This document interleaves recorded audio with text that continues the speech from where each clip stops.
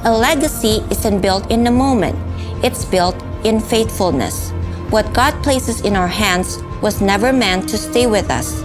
A gift grows when it is shared. Faith grows when it is lived. Across generations, truth is spoken, values are carried, and lives are shaped, not just by what we achieve, but by what we pass on. Because a legacy of faith doesn't end with us. It multiplies in the gifts we nurture, in the lives we invest in the truth we carry forward.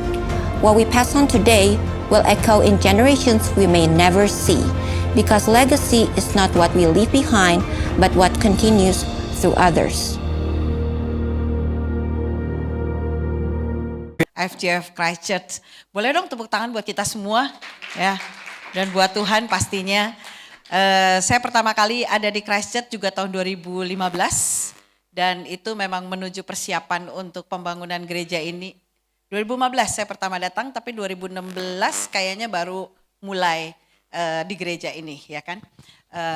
Maksud saya peresmiannya 2016, jadi 10 tahun. So anyway, I came here to lay the foundation juga at that time. Dan aku bisa melihat bagaimana pekerjaan Tuhan yang luar biasa di gereja ini. People come and people go, season come and season go. Itu sesuatu yang biasa sebetulnya dalam kehidupan kita. Ya kita semua akan mengalami itu, namanya journey, gitu ya, namanya perjalanan.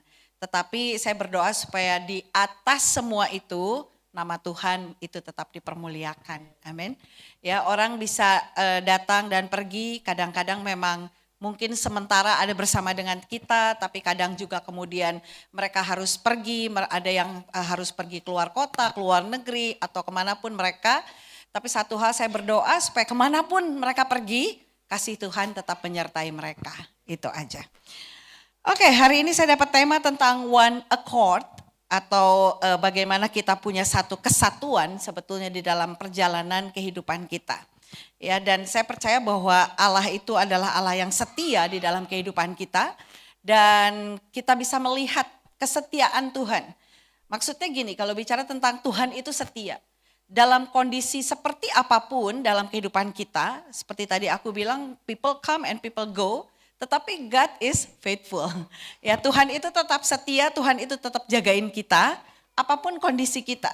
Mungkin kita ngalamin lagi ups atau downs gitu, tapi in anything kita bisa melihat bagaimana kesetiaan Tuhan itulah yang menjaga dan menyertai kita semua ya. Oke, hari ini kita mau belajar dari Markus 4 ayat 35 dan sampai seterusnya. Kita akan belajar perlahan dan kalau waktu kita retret, kalau teman-teman ingat masih ada satu kata yang kita sudah belajar yaitu avodah ya. Tapi hari ini saya ingin mengajarkan sesuatu yang baru buat teman-teman. Sesuatu yang saya percaya itulah perjalanan kehidupan kita bersama dengan Tuhan. Mari kita lihat sama-sama di Markus 4 ayat 35, next. Di situ dikatakan, Yesus berkata kepada mereka, marilah kita bertolak ke seberang. Ya. Jadi ketika ada kalimat marilah kita bertolak ke seberang. Itu yang bicara adalah Yesus sendiri. Sometimes we don't understand gitu bahwa dalam kehidupan kita perlu meninggalkan zona lama kita, zona nyaman kita. Yang tadinya lagi enak gitu mungkin para murid itu lagi ada di pantai, lagi asik lah ya, mungkin begitu banyak kegiatan yang sudah mereka familiar. It's a common thing for them gitu untuk ada di pantai, untuk membenarkan jala, untuk menangkap ikan dan sebagainya. Tetapi hari itu ketika Yesus datang kepada mereka dan berkata bahwa marilah kita bertolak ke seberang. Sometimes dalam kehidupan kita memang kita perlu melakukan satu perjalanan. Tetapi the journey itu harus selalu dimulai dari Tuhan. Kalau bukan Tuhan yang memulai, kalau bukan Tuhan yang berinisiatif, maka ada banyak hal during the journey itu menjadi sesuatu yang berat buat kita. Tapi kalau Tuhan sendiri yang meminta, saya percaya bahwa apapun yang terjadi during those journey, maka kemudian kita akan lihat bagaimana penyertaan Tuhan, perlindungan Tuhan, kebaikan Tuhan, itu selalu ada bersama dengan kita. I still remember 2 years ago waktu gereja ini mengalami sesuatu perubahan yang luar biasa. Saya tahu many people mungkin bakal pikir bahwa wah what's going on? Kayaknya it's gonna be sad and horrible atau pokoknya sesuatu yang kayaknya wah kita nggak tahu apa yang akan terjadi. Tapi aku percaya bahwa in everything Tuhan itu memang turut bekerja untuk mendatangkan kebaikan. Ada amin? Ya, and I can see now gitu ya bahwa memang Tuhan yang berinisiatif, Tuhan yang bekerja dan Tuhan yang melanjutkan.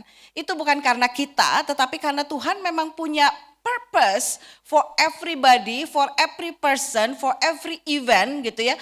Untuk setiap situasi itu semua Tuhan.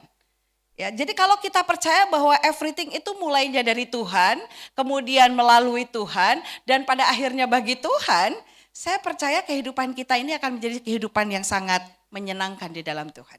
Ya.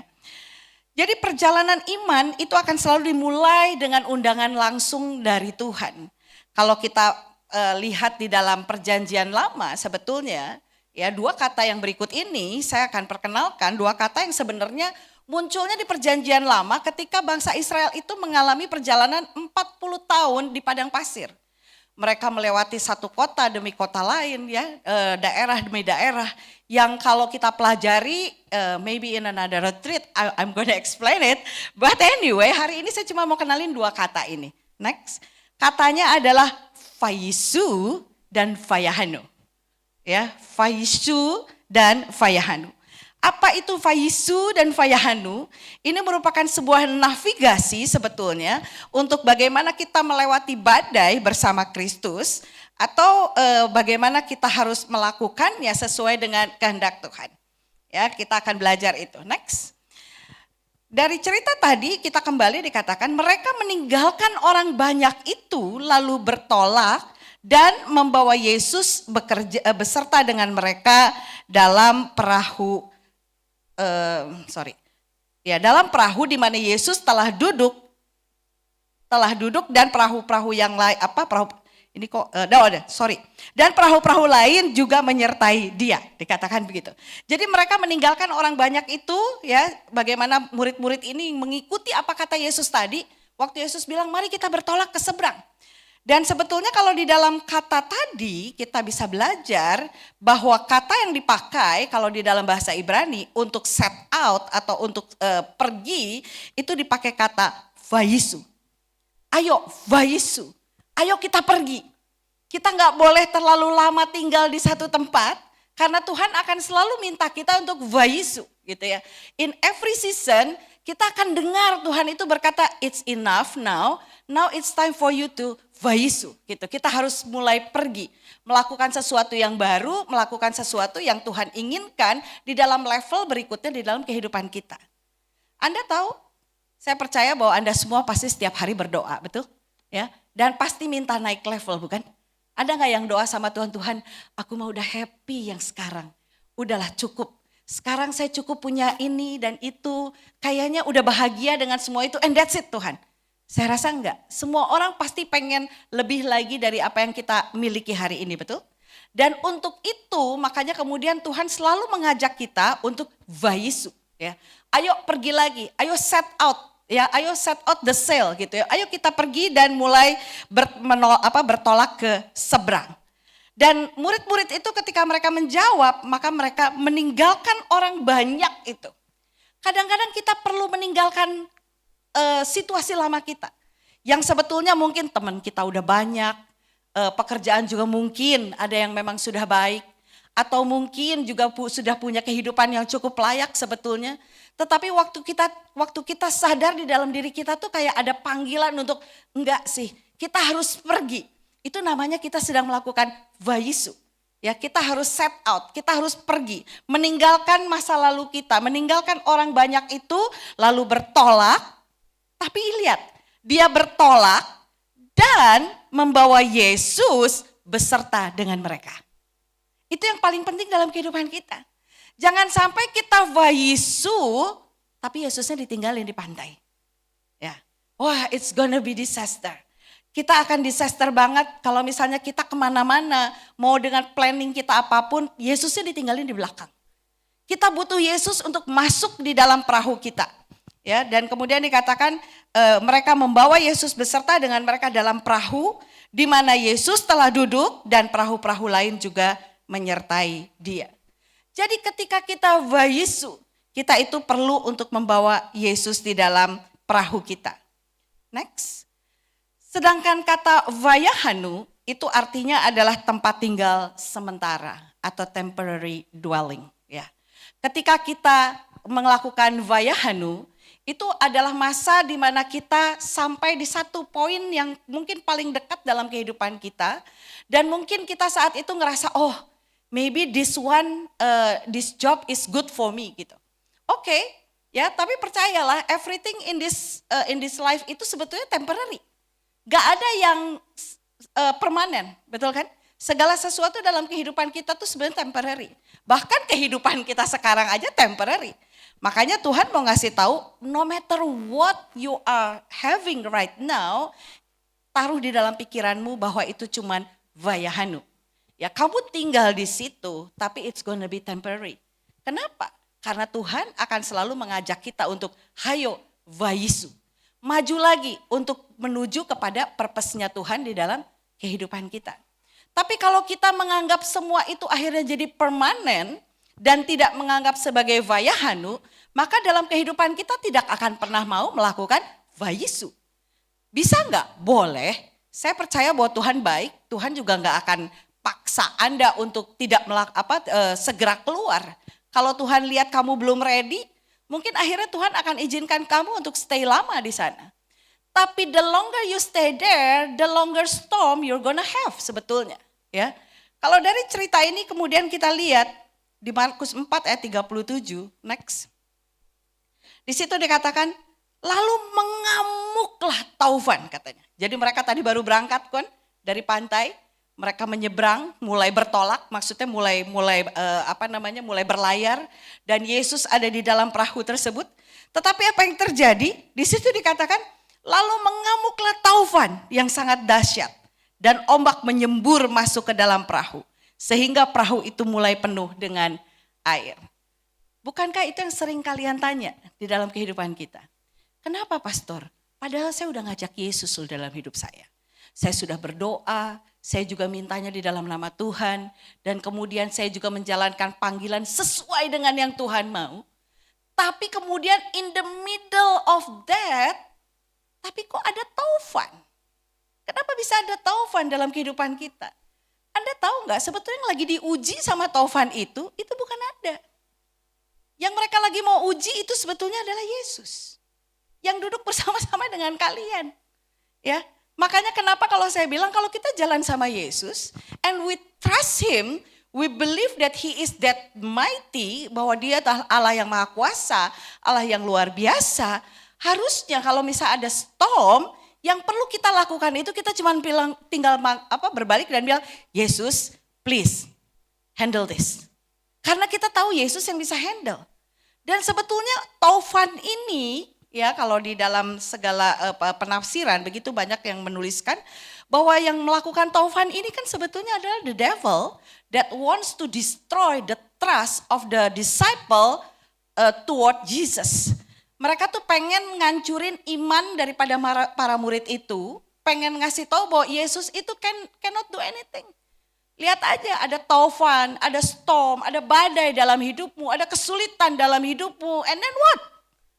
Ya. Dan iblis itu sebetulnya yang dia serang itu bukan kita, yang diserang itu sebenarnya Yesus. Tetapi melalui kita yang imannya lagi diuji, kalau iman kita tidak kokoh tertanam, kita akan gampang sekali untuk lebih melihat apa yang ada di luar dibandingkan dengan apa yang ada di dalam. Dan itu yang sering terjadi, bukan? Ya. Saya waktu membaca cerita ini, dulu saya selalu berpikir bahwa ikut Tuhan tuh sebenarnya memang susah. Karena begitu ikut Tuhan pasti ada cobaan, pasti ada badai, pasti ada kesulitan. Tapi problemnya sebetulnya bukan masalah karena saya ikut Yesus. Karena dia memang tidak pernah suka, the devil that never, dia semua gak pernah suka kalau kita percaya kepada Tuhan. Tetapi sebenarnya kalau kita percaya sama Tuhan, kita tahu dari cerita ini, cuman tinggal ngomong, hey angin diamlah, everything diam. Betul kan? Gak ada yang bisa ngelawan Yesus sebetulnya gitu. Tapi seringkali kita terus diserang seperti itu karena iblis tahu kita ini akan mudah sekali untuk takut dengan hal itu. Tetapi sekali lagi kalau tadi kita belajar kata vayisu dan vayahanu, those storm situation itu sebetulnya hanya vayahanu. Tempat yang temporary. Ya, kita semua akan pernah ngalamin itu. Tapi itu temporary. Makanya kenapa Tuhan nanti ngajakin lagi, ayo vayisu, ayo maju. Jangan sampai kemudian kita stay di situ dan kemudian kita cuma bisa, oh I don't know what to do Tuhan. Aku kayaknya udah capek nih ngalamin gini. Aku udah burn out, aku udah burden nih. Tapi kita juga akhirnya menjadikan tempat itu seakan-akan menjadi satu tempat yang permanen buat kita. Enggak, itu bukan tempat permanen. Bahkan segala situasi yang meskipun saat ini kamu anggap paling enak sekalipun, itu pun bukan tempat yang permanen. Tuhan akan selalu ngajak kamu nantinya untuk vayisu. Ya. Jadi bedakan antara vayahanu dengan vayisu. Kita tahu bahwa in every situation, semuanya itu sebenarnya cuman vayahanu.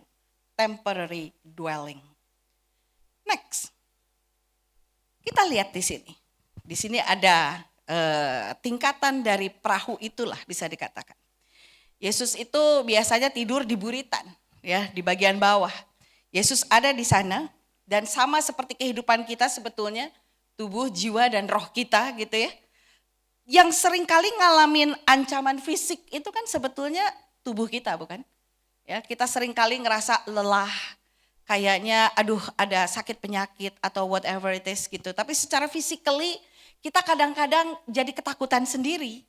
Itu lebih karena nanti dipengaruhi oleh kondisi spiritual kita. Ya. Tetapi sebelum masuk ke spiritual kita tahu bahwa ada ancaman psikologis.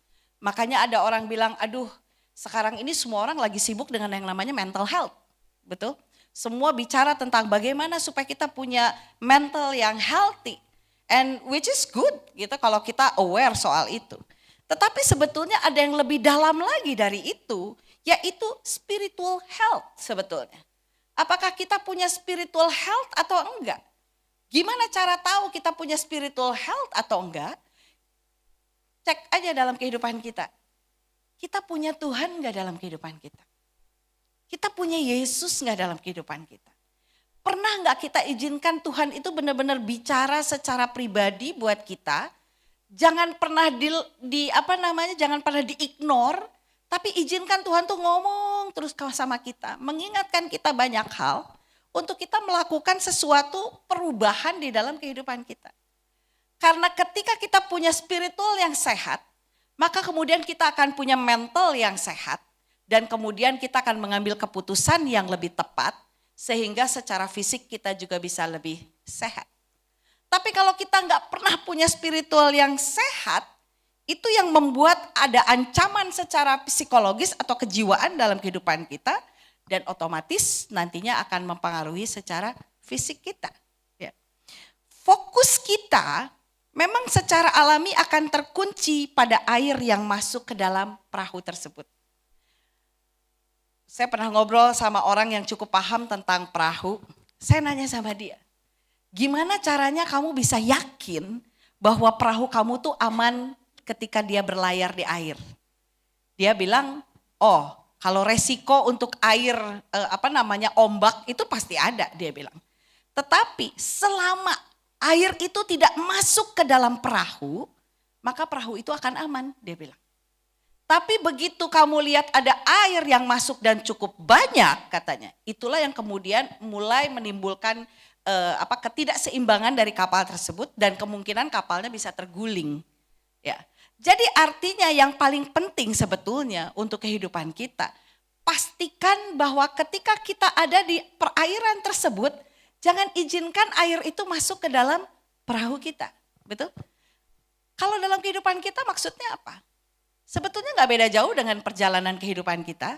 Jangan izinkan pendapat-pendapat orang lain yang begitu banyak kalian dengar dari pagi sampai malam gitu ya. Itu benar-benar mempengaruhi pola pikirmu karena itu yang kemudian akan banyak merusak cara pikir kita. Bikin kita stres, bikin kita anxiety, bikin kita depres ya, dan bikin kita nggak bisa bikin keputusan yang tepat lagi. Bukan karena kita itu jadi kehilangan kepandaian kita, atau bukan tiba-tiba kita jadi kekurangan uang atau apa, tapi seringkali karena berita-berita yang belum tentu benar sebetulnya, itu belum apa-apa udah nyerang duluan ke otak kita.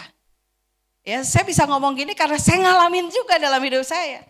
Saya tuh paling gak bisa kalau misalnya dengar berita-berita yang terlalu bertubi-tubi mengenai situasi apapun yang akan mengganggu pikiran saya. Biasanya saya mulai cemas, saya mulai gak tahu mesti ngapain.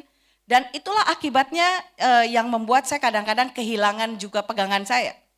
Tapi Tuhan ngajarin saya untuk, ayo kamu bisa gak fokusnya bukan sama apa yang akan kamu dengar di dunia ini, tapi balik lagi sama firman. Karena firman Tuhan itu akan memberikan damai sejahtera, memberikan kekuatan, betul, memberikan pegangan hidup buat kita, dan itu yang membuat kita hidup sebetulnya. Berita perlu nggak kita tahu? Perlu kita tahu, tetapi jangan sampai itu masuk ke dalam pikiran kita dan kemudian mempengaruhi keputusan-keputusan kita. Bisa nangkep sampai sini teman-teman? Ya. Jadi krisis itu seringkali muncul belum tentu karena ombaknya yang terlalu besar, tapi seringkali karena kita yang izinkan airnya masuk ke dalam perahu kita. Next, badai itu pasti berlalu. Di film zaman dulu ya, badai pasti berlalu. Dan memang menurut aku tidak ada yang abadi di dunia ini. Semuanya temporary. Bahkan segala kesulitan kita aja bakal ada expired date-nya. Apapun yang kamu alamin itu semuanya bakal ada expired date-nya. Semua pasti akan berlalu. This too shall pass, katanya begitu. Hal ini pun akan berlalu juga. Betul kan? Ya, boleh bilang sama kiri kanannya, bilang tuh. Benar kan? Bilang sama kiri kanan, memang begitu. Karena memang begitu. So the storm is only temporary. Ya, kalian putus pacar nggak apa-apa, nanti ada lagi yang lain. Ya, itu mah biasa. Bilang sama teman sebelahnya yang single ya, bilang itu mah biasa. Kalau yang udah double jangan. Ya. Ya, Yesus tidak pernah meninggalkan kapalmu. Itu yang paling penting. Makanya tadi di awal dikatakan God is faithful. Kalau kita bisa one accord, pertama-tama itu adalah dengan Tuhan sendiri. Karena kan tahu bahwa Tuhan sendiri ketika diajak masuk ke dalam perahumu, dia nggak akan pernah ninggalin Anda. Dia itu setia. Anda lagi ups, Anda lagi downs, dia itu ada di situ. Begitu juga ketika murid-murid itu ada di perahu dan ngalamin badai yang begitu besar. Yesus tuh tidak pernah meninggalkan murid-muridnya. Dia ada di situ, meskipun kondisinya dikatakan dia tertidur, betul kan ya? Tetapi dia tidak pernah pergi. Dia sama sekali tidak pernah beranjak dari tempat dia ada di sana.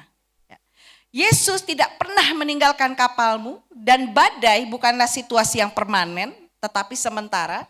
Dan dia menahanmu saat ombak itu menerjang. Jadi sebetulnya kenapa mereka masih bisa selamat? Ya karena Yesus ada di situ sebetulnya. Biar bagaimanapun storm itu tidak akan pernah berani untuk menyentuh kapal itu tanpa izinnya Tuhan. Do you know that? Anda tahu bahwa Yesus itu begitu berkuasa dalam hidupmu, sehingga sebetulnya dia tidak akan pernah izinkan apapun menyentuh hidupmu, ya. Kalau bukan dia yang izinkan, itu gak akan pernah bisa nyentuh kamu. Makanya aku pernah belajar dari satu hamba Tuhan yang luar biasa. Waktu itu saya lagi hamil dan memang sudah mengalami beberapa kali keguguran. Tetapi kemudian hamil yang terakhir itu, yang sampai akhirnya kemudian saya punya anak. Ada satu hamba Tuhan yang ngajarin saya gini. Kamu setiap pagi, kata dia, bangun tidur, kamu berdoa sama Tuhan, and then make a proclamation, dia bilang. Bikin proclamation dalam hidupmu. Proclaim and declare, katanya, that you belong to God, dia bilang. Itu yang pertama. Dan yang kedua, bilang bahwa iblis itu tidak punya hak untuk menyentuh hidupmu dan tidak punya hak untuk menyentuh anakmu, dia bilang. Katakan bahwa ini miliknya Tuhan, Tuhan punya planning yang luar biasa, dan perkatakan itu dengan iman setiap hari. Dan itu yang saya lakukan. Setiap kali saya bangun tidur, saya saya berdoa, kemudian dengan iman saya katakan, "Hey, iblis, kau harus dengar. Aku ini miliknya Tuhan. Engkau tidak berhak atas hidupku, engkau juga tidak berhak atas anakku yang ada di dalam kandunganku. Tuhan yang menginginkan dia ada di dalam hidupku, dia akan menjaganya, dia akan membesarkannya, dan akan membuat dia lahir dengan sehat." Itu yang aku perkatakan setiap hari. Dan sampai anakku lahir. Sesuatu yang mungkin dulu saya nggak kepikir ketika saya keguguran gitu ya. Saya bilang sama hamba Tuhan itu, saya bilang gini, ya gimana ya, mungkin Tuhan yang memberi, Tuhan yang mengambil. Kayak kedengarannya rohani banget ya omongan saya kan. Tapi kemudian saya dimarahin abis sama hamba Tuhan ini. No, dia bilang once God wants to give it to you, He will give it to you. Gak akan pernah diambil lagi dari kepadamu, kata dia. Tapi sekarang yang penting adalah bagaimana kamu bisa mengimani itu di dalam perjalanan. Akhirnya saya diajarin begitu, and that's what I did. And finally I have my first son. Saya punya anak saya yang pertama. Dan saya belajar dari situ perjalanan bersama dengan Tuhan. Oh ternyata Tuhan selalu mengajarin kita untuk ayo Vayisu, ayo maju lagi ke depan. Jangan terus bertahan dengan pemikiran kita yang lama. Jangan terus berpikir bahwa oh saya kan selalu benar gitu ya dengan apa yang pengalaman-pengalaman saya yang lama. Enggak, Tuhan pengen kita Vayisu, ayo maju lagi ke depan. Rasa takut sebetulnya, fear, itu merupakan false evidence appearing real. Next, ya. Pernah enggak teman-teman menyadari hal ini? Kadang-kadang rasa takut kita, cemas kita, belum tentu sesuatu yang benar-benar akan terjadi dalam hidupmu. Betul kan? Itu sering banget saya alamin. Ketika sesuatu belum pasti, ketika belum dapat jawaban, ketika kita melakukan sesuatu tetapi belum ada kesimpulan yang jelas untuk hidup kita. Ini fear ini akan selalu muncul dalam hidup kita. Ya. Tapi kemudian ternyata apa yang kita takutkan, apa yang kita khawatirkan sebetulnya seringkali tidak terjadi dalam hidup kita. Tidak seperti yang kita pikirkan. Dan di situ Tuhan suka ngajak saya ketawa aja kalau udah terjadi begitu. Kan, I told you gitu. Tuhan tuh kayak ngingetin aku, I told you. Dan aku cuma belajar, oh iya ya, kenapa aku nggak benar-benar menaruh iman percayaku sama Tuhan ya dibandingkan dengan apa yang kupikirkan sendiri. Tetapi kan seringkali kita begitu kan. Aduh gimana ya kalau visa nggak keluar. Aduh gimana ya kalau nanti uangnya nggak cukup, aduh gimana ya kalau misalnya nanti ada penolakan, aduh gimana ya. Padahal itu kan semua cuma bermain di pikiran kita. Bahkan semua itu bermain sedemikian rupa sebelum kita melakukan apa-apa. Betul nggak? Ah janganlah, nanti gimana kalau gini? Ah nggak bisa lah, kita minta nasihat sama orang, kita minta didoain sama orang, tapi kita sendiri tidak pernah mau Vayisu. Come on. Nothing's gonna happen in your life. Lebih karena kekhawatiran ini, kekhawatiran itu, ketakutan ini. Padahal semua itu merupakan false evidence appearing real. Sepertinya nyata banget gitu. Tapi sebetulnya nggak pernah terjadi juga. Next. Pada waktu itu Yesus sedang tidur di buritan di sebuah tilam. Dan di sini kita bisa belajar, memang bagian paling menakutkan dari sebuah badai itu bukan angin yang kencang. Melainkan kita pikir Tuhan itu kayak enggak peduli sama kita. Kayak Tuhan tuh enggak sayang sama kita. Seakan-akan waktu kita melewati badai itu, walaupun kita tadi ngajak Yesus ada perahu, tetapi karena dia terlihat seperti diam saja, itu menjadi sesuatu yang menakutkan buat kita. Kalau teman-teman yang nonton film Nuh rame-rame waktu di retreat, mungkin masih ingat bagaimana Nuh ada di dalam perahu itu selama sekian lama. Yang paling menakutkan buat Nuh sebetulnya bukan tinggal di dalam baterainya, tetapi ketika dia menyadari bahwa Tuhan silence. Tuhan itu terdiam. Tidak ada berita, tidak ada perkataan, tidak ada firman, tidak ada apa-apa. Seakan-akan Nuh itu berjalannya sendiri. Walaupun sebetulnya yang mengundang Nuh untuk masuk di dalam bahtera, Tuhan sendiri. Tetapi itu pun tidak membuat Nuh merasa tenang menjalani kehidupannya. Dia khawatir, dia gelisah, galau. Mungkin itu juga yang kita alami hari-hari ini. Next. Seringkali kita berpikir kalau kita lagi ngadepin badai itu permanen. Saya ingat waktu pertama kali kita masuk ke masa COVID. Semua mungkin masih ingat ya masa COVID ya. Apa yang Anda rasakan ketika COVID itu terjadi? Apalagi kemudian lockdown. Lockdown, pesawat gak ada yang jalan, kita gak bisa kemana-mana. Bahkan toko-toko harus tutup gitu kan. Apalagi yang punya usaha, stres banget rasanya. Dan kita tidak tahu kapan berakhirnya, masalahnya begitu. Betul kan ya? Saya masih ingat itu masa yang cukup membuat kami tuh worry banget. Apa yang terjadi ya gitu. Gimana ini kalau nggak ada akhirnya, karena kita tidak melihat expired date-nya kapan. Seakan-akan badai ini bakal permanen. Semua udah ready dengan Zoom di mana-mana bukan ya. Dan kita berpikir bahwa udahlah hidup kita memang cuma bakal ketemunya online doang. Di kotak-kotak aja lihat orang tuh, udahlah ya atasnya kemeja, bawahnya celana pendek gitu kan ya. Semua itu yang kita alami bukan. Jadi kita pikir mungkin hidup kita bakal begitulah untuk selama-lamanya, I don't know gitu. Ya intinya seperti kita terjebak dan kemudian kita gagal. And we thought that it was the end of our journey. Terutama mungkin buat anak-anak Gen Z ya, yang kesian banget kalau menurut aku. Kuliah hampir tidak ada tatap muka, semuanya online. Ya, termasuk anak saya yang kecil ngalamin masa itu. Di mana hampir tidak punya teman, karena gak bisa keluar. Gak bisa namanya kuliah secara normal dan sebagainya. Dan sekali lagi kita semua merasa bahwa wah mungkin hidup kita akan dikatakan new normal gitu ya. Kita akan begitu selama-lamanya. Tetapi ternyata itu semua hanya fayahanu, bukan? Itu semua cuma temporary. And then one day pemerintah mengumumkan dibuka katanya.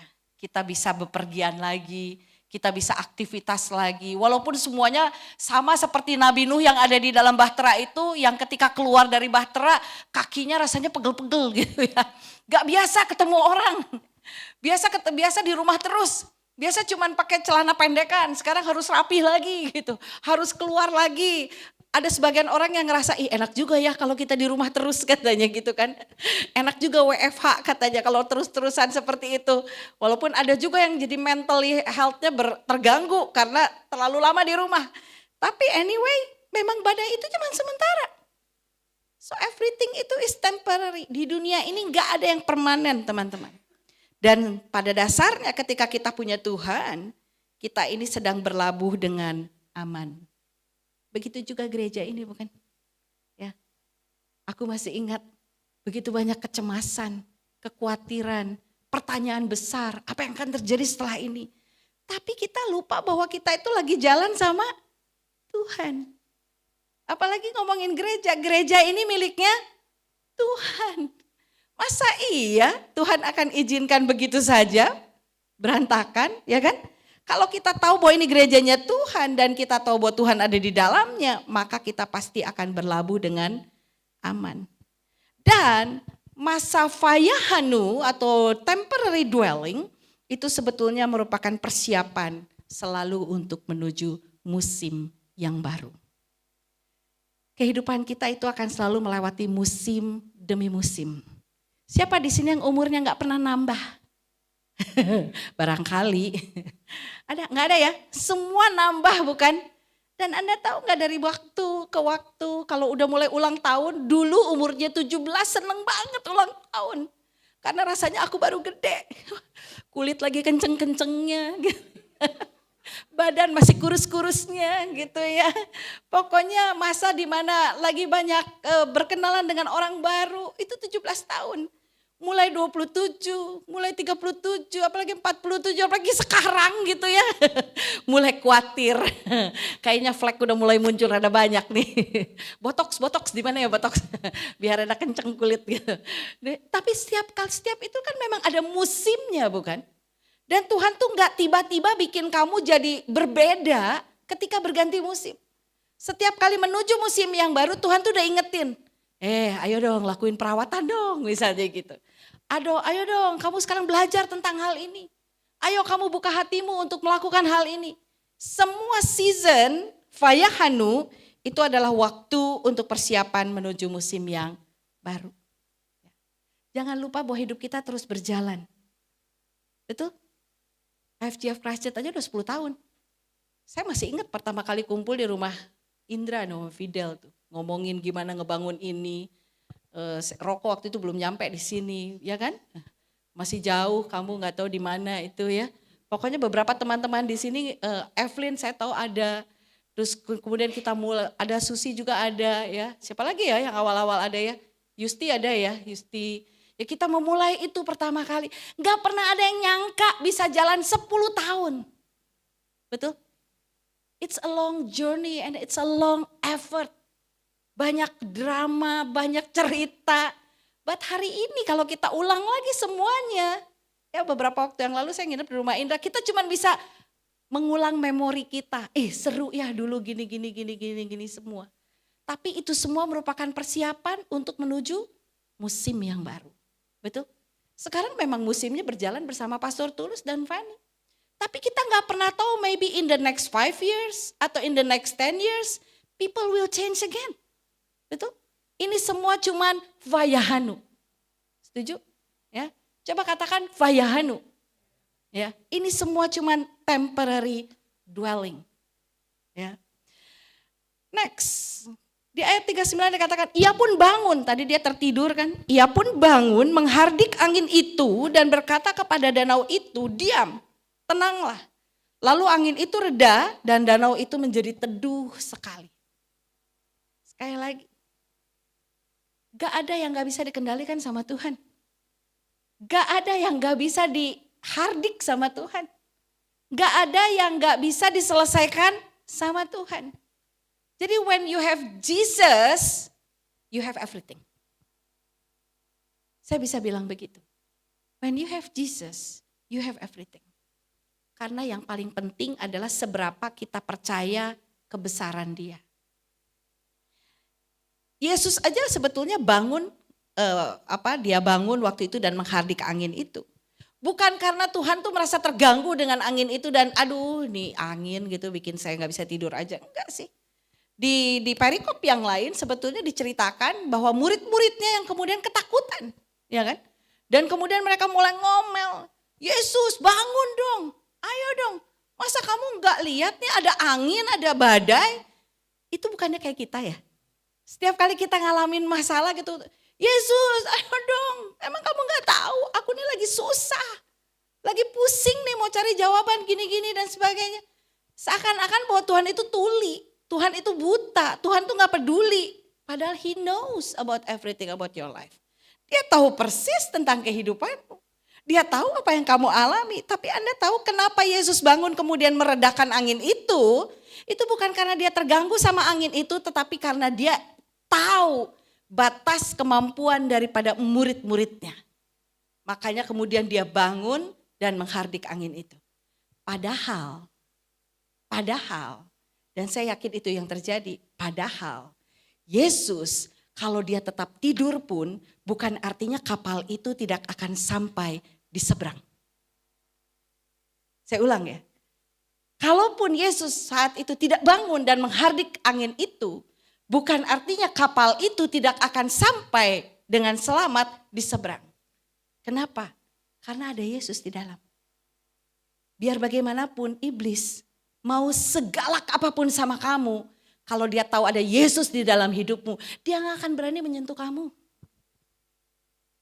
Gak akan berani menyentuh kamu. Because you are precious to Jesus. Kalian tuh berharga buat Yesus. Dan iblis takut sama Yesus yang ada di dalam hidupmu. Jadi meskipun Yesus waktu itu gak bangun dan menghardik angin itu, mereka tetap akan sampai. Tetapi dia tahu murid-muridnya kemampuannya hanya sekian. Makanya dia bangun, dia hardik angin itu. Lalu angin itu reda dan danau menjadi teduh sekali. Otoritas ilahi itu akan meratakan kekacauan duniawi hanya dengan satu perintah. Gak usah capek-capek, Yesus cukup dengan ngomong diam dan tenanglah. Semuanya akan diam dan tenanglah. Tapi Anda tahu enggak, the power of God yang dia punya Ketika kita percaya sama Tuhan, kita juga bisa menggunakan that power. Tapi seringkali kita memang gak menggunakannya because we don't understand. Atau kita kurang percaya. Next. Kehadiran Tuhan dalam kehidupan kita bukan artinya hidup kita akan bebas dari badai. Tetapi dengan kehadiran Tuhan dalam kehidupan kita, seharusnya kita jadi punya keberanian di dalam menghadapi badai. Karena kekuatan Dia yang akan menyertai kita. Dia yang akan memberi kekuatan itu buat kita. Ya, penyertaan itu akan memberikan kita keberanian untuk menghadapinya. Next. Kalau demikian, bukankah gak heran kalau kemudian Tuhan nanya, mengapa kamu begitu takut? Mengapa kamu tidak percaya? Gitu kan? Markus 4 ayat 40 sampai 41 dikatakan, mereka menjadi sangat takut dan berkata kepada seorang yang lain, siapa gerangan orang ini? Sehingga angin dan danau pun taat kepadanya. Nah kan, kenapa murid-muridnya sampai teriak-teriak, Tuhan bangun dong, ini ada angin dong. Artinya karena dia tidak pernah tahu seberapa berkuasanya Yesus dan seberapa hebatnya dia. Ya, makanya dia malah kesel, ini orang udah diajak naik perahu, dia yang ngajak pergi, tetapi kemudian dia malah tidur. Dan ketika ada badai sepertinya kita dibiarkan sendiri. Padahal enggak, dia ada di sana menyertai, ya kan? Kadang-kadang kata penyertaan itu teman-teman seringkali meaningnya kecil buat kita. Padahal sebetulnya powerful banget buat kita. Siapa di sini yang punya anak masih kindergarten? Ada? Enggak ada ya? Saya ingat banget waktu anak saya masih kecil, masuk preschool lah ya. Itu anak saya tuh takut banget untuk masuk pertama kali ke sekolah. Ada enggak yang ngalamin gitu? Anaknya nangis. Ya anak saya gitu, dia nangis-nangis. Saya serahin sama gurunya, terus dia benar-benar kayak mami, kayak mau disembelih gitu lah ya. Mami gitu please gitu, mami aku mau pulang mami gitu. Pokoknya dia mau mami terus. Terus kemudian aku cuma bilang sama dia, tenang, mami ada di sini kok. Mami, dia masih kayak begitu. Terus akhirnya dia masuk ke kelasnya tuh ada jendela kacanya gitu. Saya jadi nongol-nongol terus di situ, karena dia dikit-dikit nengok gitu. Dikit-dikit nengok nyariin aku gitu kan. Jadi aku cuma lihat, mami ada di sini gitu. Dan kalau aku udah bilang gitu dia langsung tenang lagi. Tapi terus gak lama gini lagi gitu kan. Dia kayak takut banget ditinggalin. Terus aku bilang, tenang ada mami di sini gitu ya. Sampai akhirnya beberapa hari kemudian anak saya sudah mulai terbiasa, baru kemudian dia bisa dilepas. Tapi one thing saya belajar sesuatu. Kita sama Tuhan juga gitu. Kita kadang-kadang pikir gitu bahwa kalau lagi mengalami masalah, kita ngerasa takut gitu. Karena kita pikir Tuhan gak ada bersama kita. Padahal setiap kali kita bilang Tuhan gitu kan, Tuhan mau bilang sama kita dia ada di jendela kaca itu dan dia mau ngasih tahu aku ada di sini gitu. Aku ada di sini. Don't worry, aku ada di sini. Dan ternyata kata penyertaan Tuhan itu sesuatu yang powerful banget. Karena anak saya tahu mamanya ada di sana, dia merasa tenang ngejalanin sekolahnya. Karena kita tahu Tuhan ada menyertai kita, kita jadi tenang menjalani hidup kita bersama dengan Dia. Yang penting kita kenal siapa Allah kita itu. Next. So don't mistake God's silence with His absence. Memang kedengarannya seperti Tuhan gak bicara apa-apa, tapi percayalah bahwa Dia ada bersama dengan kita. Amin. Ya. So next, when God said it, He will do it. Because He is with you right where you are. Jadi Tuhan tuh bukan adanya di surga teman-teman. Dan Anda di sini. Enggak. Dia ada di dalam hatimu satu demi satu. Anytime. Kalau kita butuh, kita cuma tinggal panggil Dia. Tuhan, please wake up Tuhan. He already there. Ya. Dia akan selalu menjagai kita, enggak pernah meninggalkan kita. Sehingga kemudian perahu murid-murid tadi, ya, kalau Markus 4 sampai ayat 44:1 itu sebetulnya udah selesai cerita itu. Tetapi di Markus 5 ayat 1 dikatakan next, lalu sampailah mereka di seberang danau. Tadi kan dia ngajakin, ayo kita ke seberang. Yang ngajak Yesus, yang ngajak nyebrang Yesus, yang ngajak jalan juga Dia. Kalau yang ngajak pergi itu Dia, pasti pada akhirnya kita akan sampai di seberang danau.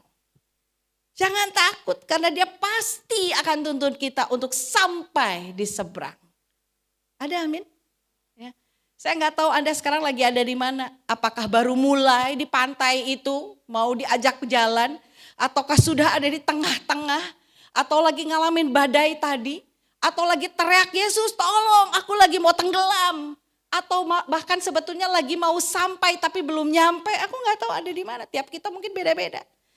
Tetapi Filipi 1 ayat 6 katakan, akan hal ini aku yakin sepenuhnya, yaitu Dia yang memulai pekerjaan yang baik di antara kamu akan meneruskannya sampai pada akhirnya pada hari Kristus Yesus. Kalau Dia yang ngajak, Dia yang mulai, pasti Dia akan selesaikan sampai pada akhirnya. Ayat ini ayat favorit saya. Kalau di tengah kesulitan di mana saya lagi stres, saya selalu ngingetin diri saya sendiri, saya bilang bahwa aku tahu Tuhan, kalau Engkau yang memulai pekerjaan ini, maka Engkau pasti akan meneruskannya sampai pada akhirnya. Tapi satu hal, bicara tentang one accord. Mengkhotbah 4 ayat 12 versi NLT katakan, next, a person standing alone can be attacked and defeated katanya. But two can stand back to back and conquer. But three are even better. For a triple braided cord is not easily broken. Artinya apa? Kalau jalan sendiri bisa sih.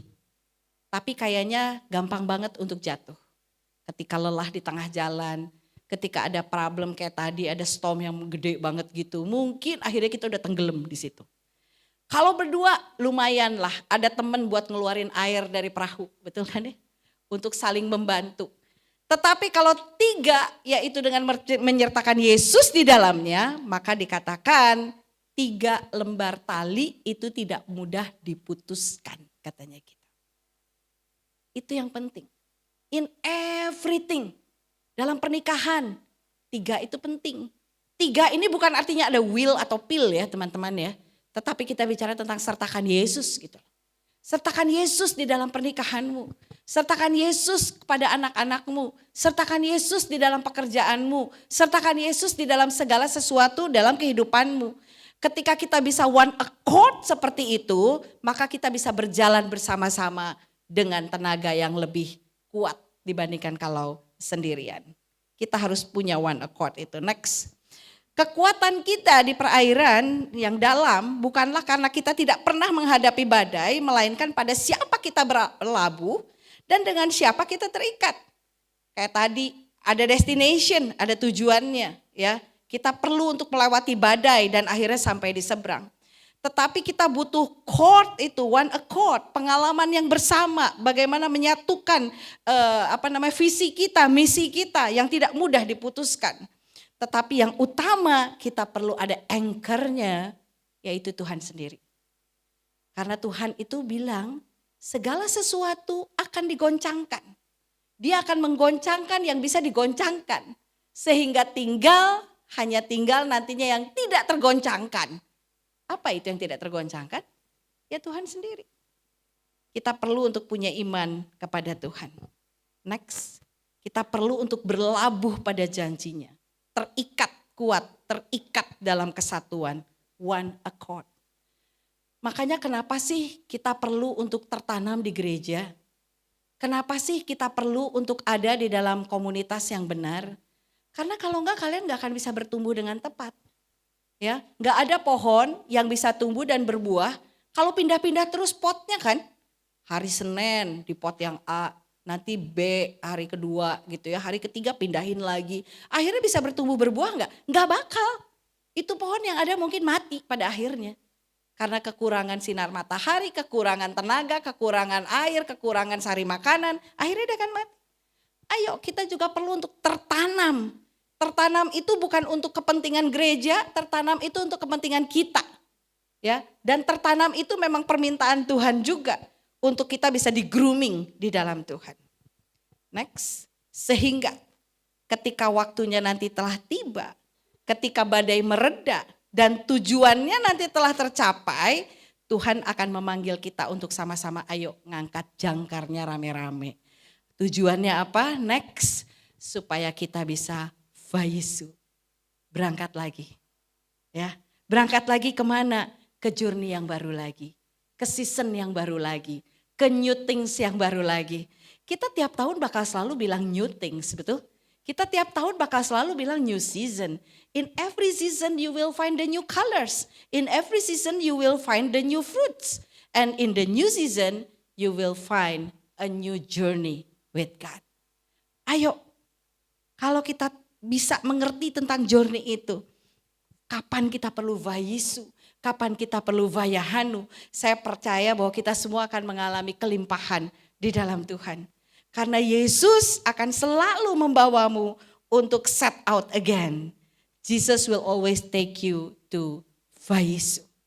Dan aku berdoa supaya gereja ini makin hari makin mature, makin hari makin bertumbuh dengan anak-anak yang baru, dengan anak-anak muda yang mungkin Tuhan akan kirimkan ke tempat ini. Sementara kita yang makin berumur, kita akan makin matang di dalam Tuhan, sehingga kita tahu kapan kita mesti vayahanu, kapan kita mesti vayisu. Tetapi kapanpun kita vayahanu ataupun vayisu, pastikan bahwa Yesus selalu ada di dalam kapal kita. Ada amin teman-teman? Amin semua.